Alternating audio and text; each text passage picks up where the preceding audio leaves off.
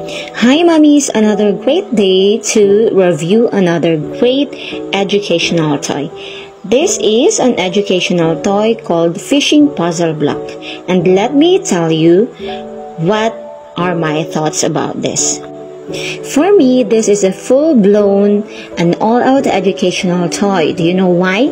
Because this toy is a sensory, memory, or cognitive, and a lot more. It enables young minds to develop cognition on letters, colors, numbers, shape, and quantity. Madaming activity nyo pwedeng gawin dito, katulad nitong plastic pegs or itong mga cylinders na to. Pwede ninyo itong ipa-assemble sa mga bata ng pa-ascending or pa-descending. May wooden cutouts din tayo ng mga numbers para ma-familiarize ang mga bata sa numbers. Yan, pwede nating ilagay siya sa mga puzzles natin, isa-isa. At kapag naglaon ay unti-unti na nilang matatandaan at mamememorize ang bawat numero. Nakikita nyo, meron din tayo diyang plus sign, minus sign, at saka equal sign. Mayroon din tayo mga cutouts ng wooden shapes. Siyempre, kailangan din natin ituro sa kanila ang mga shapes. Yan, iba't ibang shapes yan. Habang dinidistinguish nila ang mga shapes ay pwede rin natin sa kanilang sabihin na rin yung mga names ng bawat letters and shapes. Next naman ay meron tayo nitong O-rings. Marami tayong pwedeng maging laro dito sa O-rings na to. Ang unang-una natin na pwedeng gawin dito ay ang pag-sort out by colors.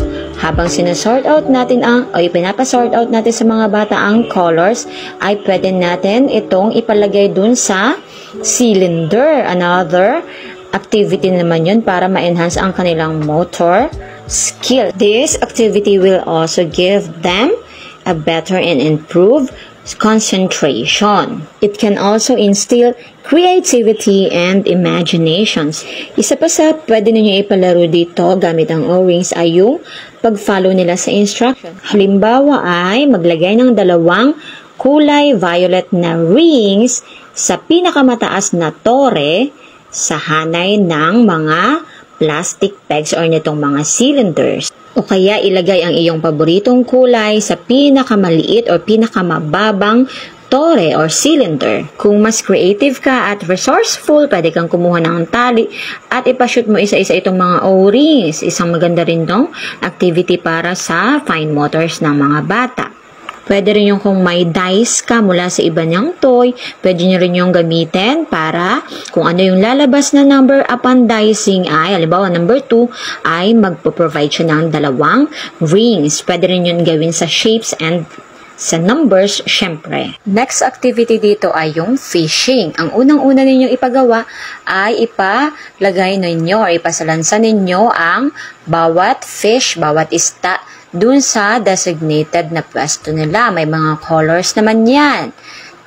At pagkatapos ay saka ninyo gawin yung pangingisda. Alam niyo naman ako, sobrang fan ako ng puzzle toys, sa mga educational toy na gawa sa puzzle.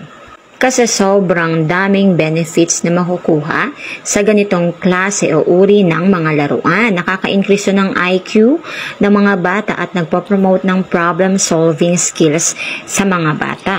One of the main importance of educational toy is their capacity to challenge the mind of a child.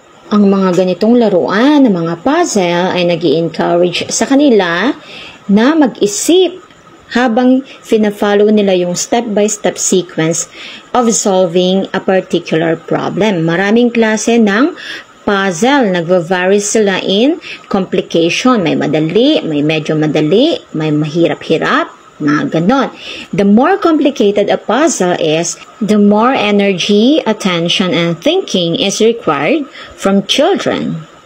If you want this toy for your child, just click the yellow bag on the left corner. Or kung wala ay puntahan nyo na lang sa mismong TikTok shop ko. Salamat!